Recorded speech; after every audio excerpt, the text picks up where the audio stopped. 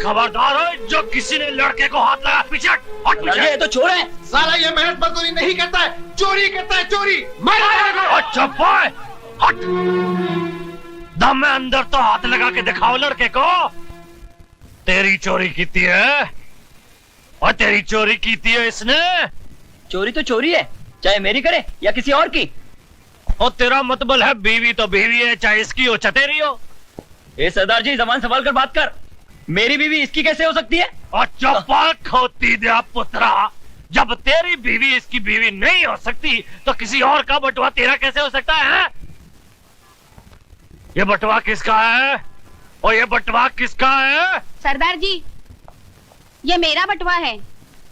बीबी, ये मुंडा तेरा गुनहगार है, बोल इसको क्या सजा दी जाए? इसे पुलिस में दे दीजिए। चल फिर पुलिस थाने से पुलिस में दे। मैं क्यों जाऊँ पुलिस थाने?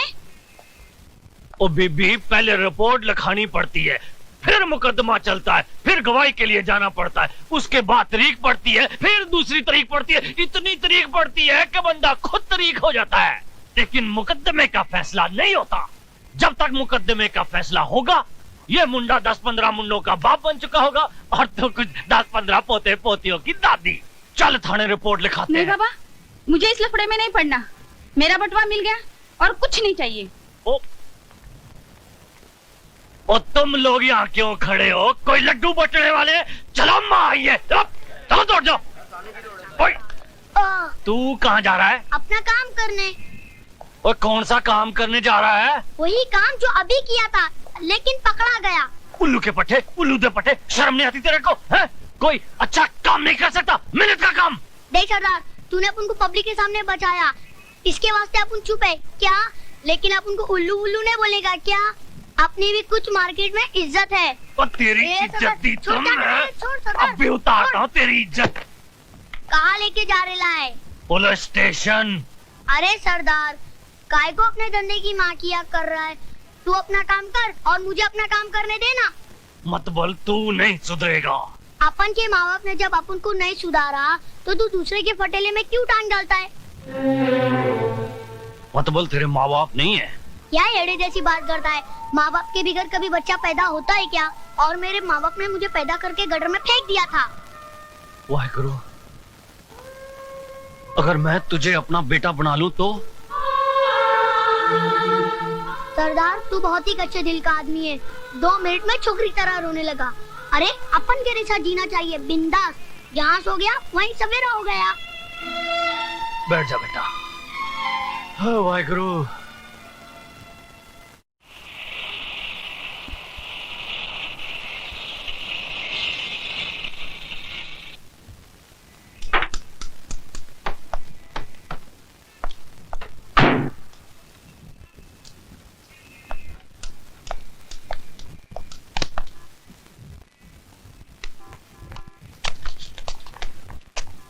नमस्कार। ये राजू है, आज से ये हम लोगों के साथ में ही रहेगा।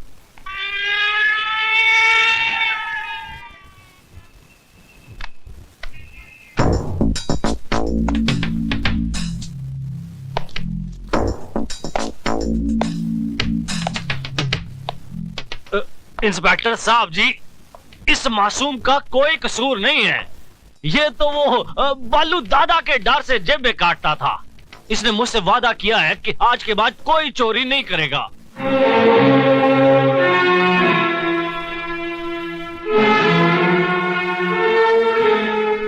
इंस्पेक्टर नहीं बाबा, फिरोज। हाँ, कई साल पहले एक औरत का मंगलसूत्र चुरा कर जो भाग रहा था, जिसे अगर आपने बचाया नहीं होता तो शायद एक मुजरिम के रूप में वो खड़ा होता। फिरोज, ओए,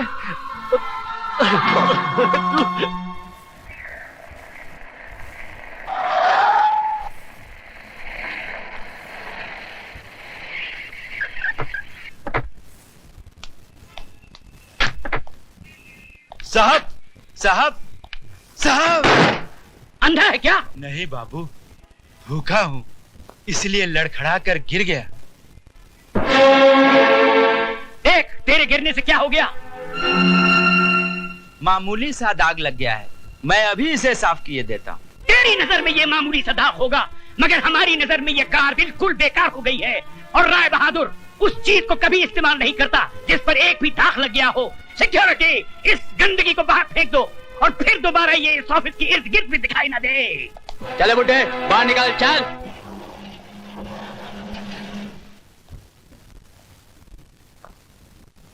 जो मैं कह रहा हूं उसे गौर से सुनो।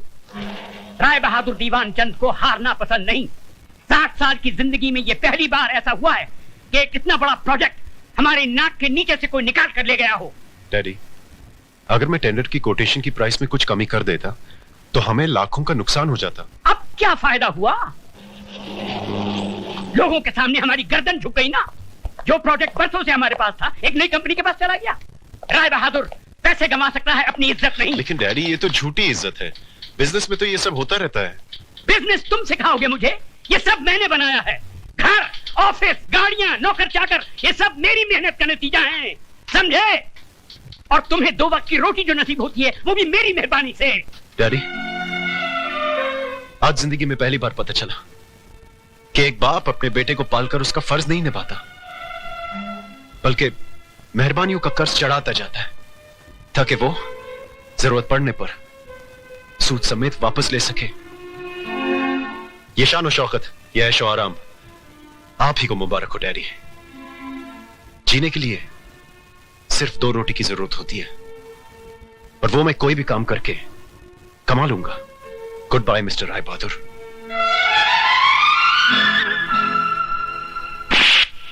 जाने की धमकी देता है? कहां जाएगा तू? तेरे चेहरे पे ये रौनक जो है ना, ये सिर्फ इस राय बहादुर के चिराग से है। इस चिराग से दूर गया तो अपने आप को पहचान नहीं पाएगा। जीने के लिए सिर्फ रोशनी की ही जरूरत नहीं होती, अंधेरा भी चाहिए। मैं अंधेरे के सहारे अपनी जिंदगी गुजार लूंगा। रमेश, जीजा जी, वेरी गुड, वेरी गुड। आप भी बच्चों की छोटी छोटी गलतियों पर नाराज हो जाते हैं। रमेश बेटे, बेटे तुम अपने कैबिन में जाओ, हम अभी आते हैं।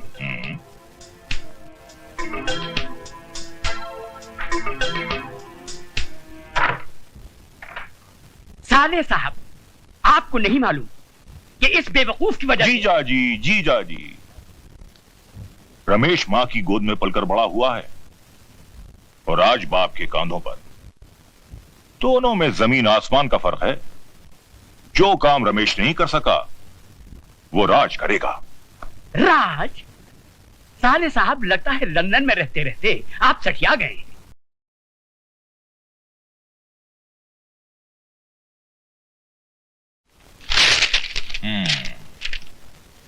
डैडी, मैं आपके इस घर को छोड़कर अपने बीवी बच्चों के साथ एक ऐसी जगह जा रहा हूं जहां लोग मुझे आपके नाम से नहीं बल्कि मेरे अपने नाम से जाने। Very good.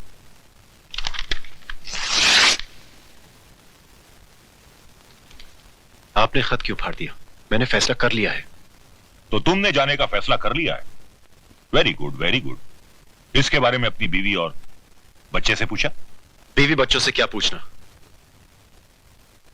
पत्नी का घर वही होगा जहां पति रहेगा। हरगिज नहीं।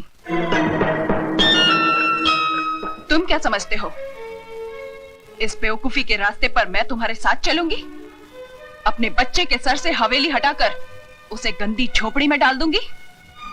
आज मैं समझा, तुम्हें पति नहीं, पति की दौलत चाहिए। जिनके पास दौलत नहीं होती वो पति भी नहीं रहते। क्योंकि औरत किसी दौलत वाले के साथ चली जाती है। औरत नहीं, अक्लमंद इंसान। राज को देखो, वो पिताजी को कभी जवाब नहीं देता। पिताजी उससे खुश रहते हैं और तुम हमेशा अपने उसूल और आदर्शों के चक्कर में पड़े रहते हो। मैं अपनी औलाद को सड़क पर भटकने नहीं दूंगी। उसके मुकद्दर में अगर हवेली का सुख है तो तुम्हें उसे छीनने का कोई हक नहीं। पत्नी और संतान के लिए इंसान ने क्या क्या कुर्बान नहीं किया।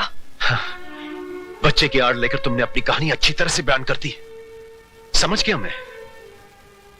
अग्नि के सामने ली गई सारी कस्में सब झूठी थी। शारदा, मेरे मकसद में तुम मेरी मदद करो या ना करो, तुम्हारे मकसद में मैं तुम्हारा साथ जरूर दूंगा, ताकि सब कुछ पाने के बाद जब तुम्हें पता चलेगा कि दौलत सब कुछ नहीं है, तब तुम्हें एक पति की जरूरत होगी, और उस वक्त शारदा मैं नहीं रहूंगा।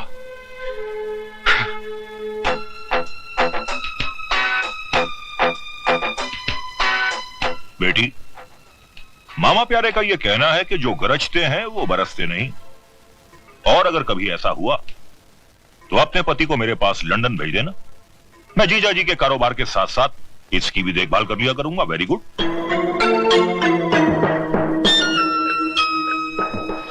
रोक दे भाई, रोक दे, घर आ गया। उतरो सिस्टर डार्लिंग। हाँ सिस्टर, तुमने पुकारा हम चले आए, छोटी सिस्टर को भी साथ लाए रे। अरे वाह सिस्टर, मैं तो समझा था तुम हाई फीवर में पड़ी ई कर रही होगी, लेकिन तुम तो यहाँ अच्छी खासी बिंदु बनी बैठी हो। है? हाँ दीदी, तुमने बीमारी का झूठा तार क्यों भेजा? अरे गधों, ये तार वार की बात किसी से कहना नहीं। बट व्हाई नॉट सिस्टर, इसमें राज क्या है? बात दरअसल ये है कि तुम्हारे जीजाजी उसूल और आदर्शों के चक्कर में पड़ गए हैं। पिताजी उनसे नाखुश हैं। वो सारा कारोबार राज के हाथों में सौंपना चाहते हैं। राज ने अगर कारोबार संभाल लिया तो पिताजी फौरन उसका घर बसाना चाहेंगे। कहीं कोई बड़े बाप की बेटी आ गई तो जो पिछले 10 साल से मैं राज कर रही हूं वो खत्म हो जाएगा। इससे पहले कि राज की जिंदगी में कोई और लड़की आए, तुम उसे शीशे में उतार लो।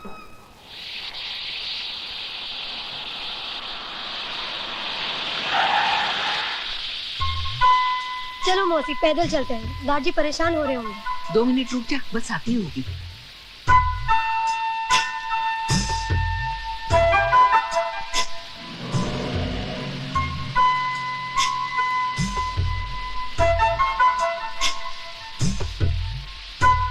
अरे छोटे मालिक, आप? अरे मौसी, आओ गाड़ी में बैठ जाओ।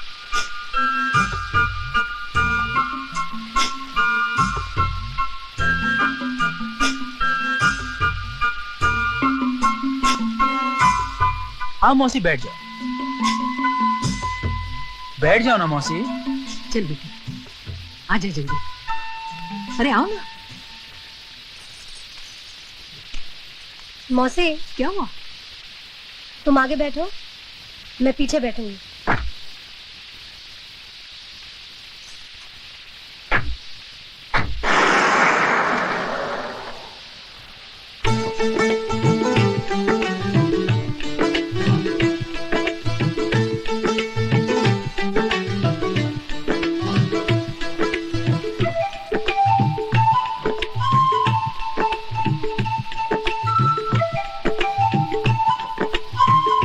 मौसी,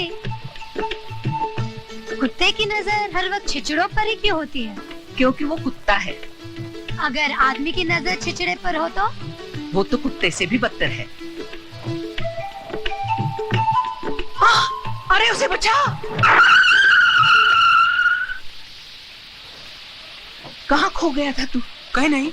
अगर आप सामने देखकर गाड़ी चलाएंगे तो एक्सीडेंट नहीं होगा।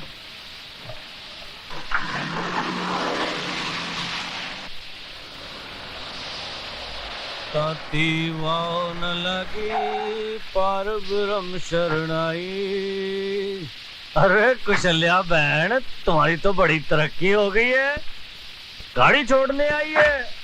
गाड़ी नहीं, कुछ छोटे मालिक छोड़ने आए हैं। छोटे मालिक लोफर।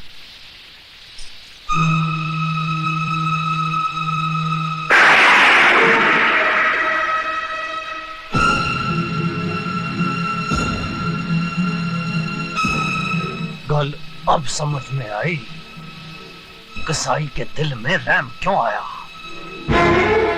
कुशल्या बहन, 40 साल से इन रईस जादों के साथ रहने के बावजूद भी तुम इनको नहीं पहचानी, पर मैं जानता हूं इन्हें। रास्ते में कोई गरीब पड़ा हो ना तो उसकी मदद करने के लिए ये अपनी गड्डी नहीं रोकेंगे, लेकिन जैसे ही कोई लड़की अपनी जवानी का बोझ अपने कंधे पे उठाए चली जा रही हो, उसे देखते ही इनके कदम दया धर्म की ब्रेक पे फौरन चले जाते हैं। क्यों राज साहब, ठीक कहा ना मैंने? ये करतार सिंह तुम्हारे जैसों की नस्ल से बड़ी अच्छी तरह से वाकिफ है।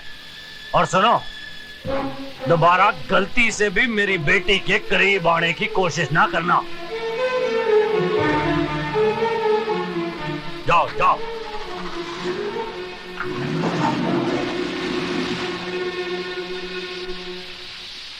कुशल्या बहन, रब ना करे अगर मेरी बेटी कहीं बीच रास्ते में मर जाए, तुम भले ही उसकी लाश को घसीट के कार ले आना, पर इस रईसजादे की गड्डी में डाल के मत लाना। भाई साहब गलती हो गई। चल पुत्र चल।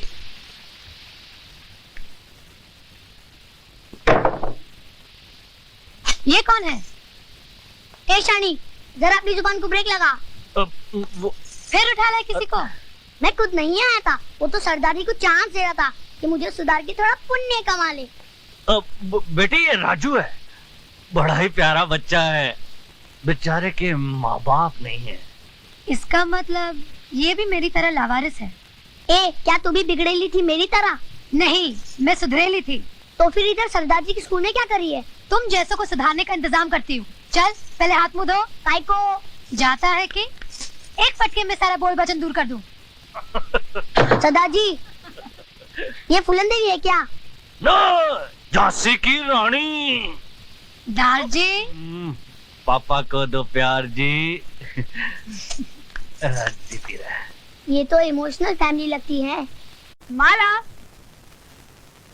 आती हूँ रीमा। अरे बाबा देर हो रही है, जल्दी चलो।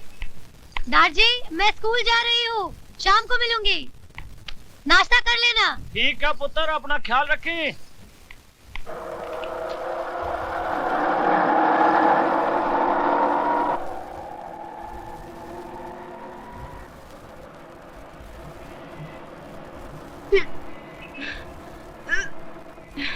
रीमा क्या हुआ?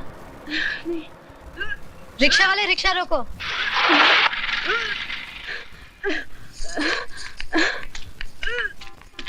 तू ठीक तो है? रीमा क्या हुआ तुझे?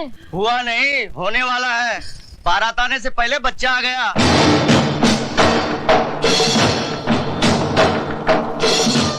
तुझे ये कैसे मालूम कि ये शादी से पहले माँ बन गई? अगर शादी हुई होती तो मांग में सिंदूर और गले में मंगलसूत्र नहीं होता। तेरी शादी हुई है? हाँ। क्या सबूत है? माए बोलता है ना। तू क्या राजा हरिश्चंद्र है? तो जाके मेरी बीवी से पूछ ले। तेरी बीवी से पूछने से सिर्फ ये पता चलेगा कि वो शादीशुदा है, तू नहीं। तो गले में मंगलसूत्र और मांग में सिंदूर लगा के घूमो।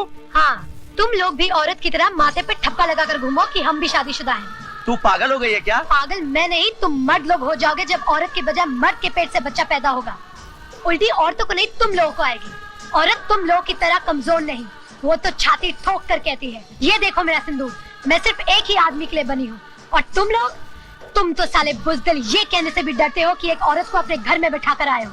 है हिम्मत तो कल से तुम सब भी मांग में सिंदूर और गले में मंगलसूत्र पहनकर घर से निकलना।